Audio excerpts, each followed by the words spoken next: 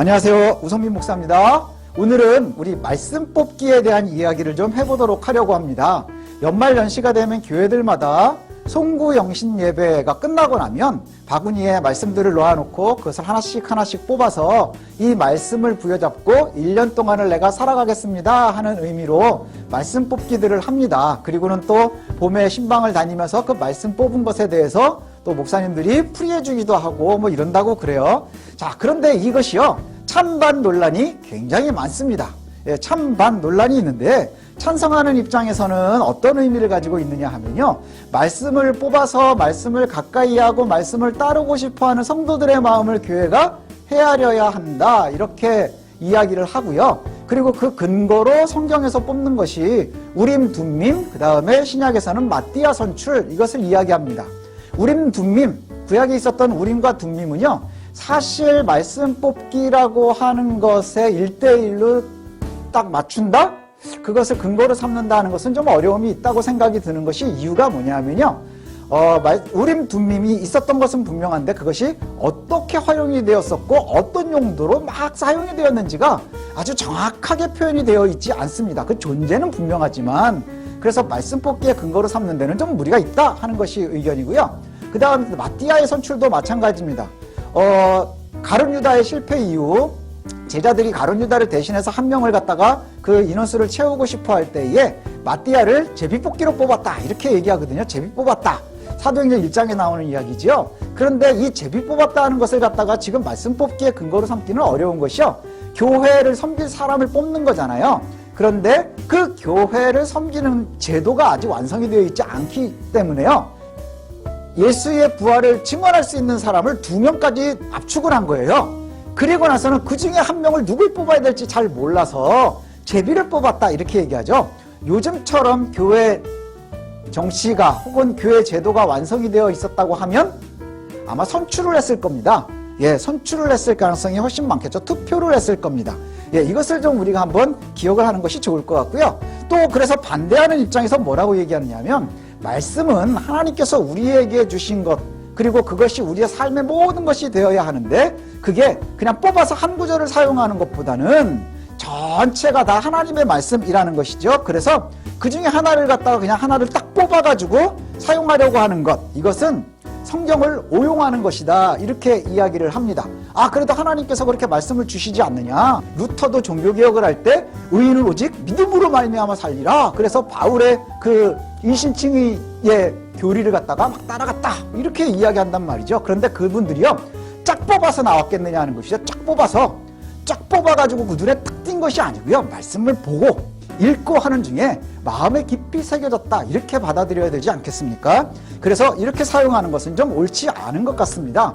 실제로 이 말씀 뽑기는요, 대형교회들이 주도로 시작을 했고요. 그리고 실제로 이것이 성도들에게 효과가 있는 것 같고 교회 부흥에 도움이 되는 것 같고, 그래서 대형교회들이 하니 한국 교회들은 대체로 대형교회에서 성과를 마련하면 작은 교회들이 따라가는 순서이거든요.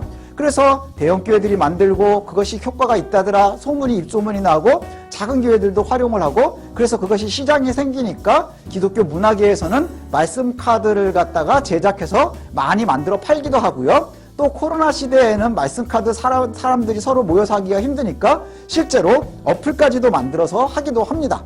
이게 결국은 별로 좋은 방법이 아니라는 것이죠. 또 한 가지는 뭐냐 하면, 실제로 성도들이 말씀을 뽑았을 때에 문제가 생기는 것이, 어떤 사람은 뽑고 마음에 기쁨이 넘치는 거예요. 야, 올해는 내가 말씀을 잘 뽑았다. 또 어떤 사람들은 말씀을 뽑은 후에 올해는 내가 말씀을 잘 못 뽑았어, 이렇게 나온다는 거예요. 그 이유가 뭘까요?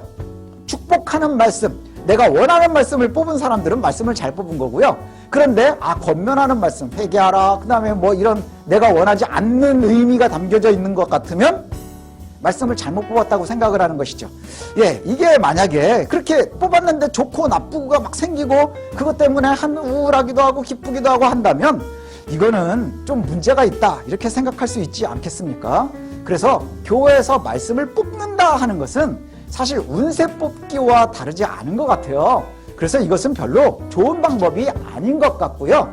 운세를 뽑듯이 말씀을 뽑는 것은 교회에서 효과가 있느냐 없느냐를 떠나서 사실은 바람직하지 못한 방법인 것 같아요. 성경을 활용하는 잘못된 방법이라는 생각이 들고요. 오히려 우리가 성경을 대하는 가장 좋은 방법은 뭐냐면 읽고 묵상하고 공부하는 것이죠. 그렇게 읽고 묵상하고 공부하는 중에 하나님께서 나의 마음을 건드리면, 마음을 건드린다는 게 뭘까요? 이 말씀을 읽으니 나의 마음이 아파. 그래서 회개하게 돼요. 아니면 이 마음을 읽으니 위로가 돼요. 이 말씀을 읽으니 어떤 말씀이 나에게 기쁨을 줘요. 그런 말씀을 탐구하는 겁니다.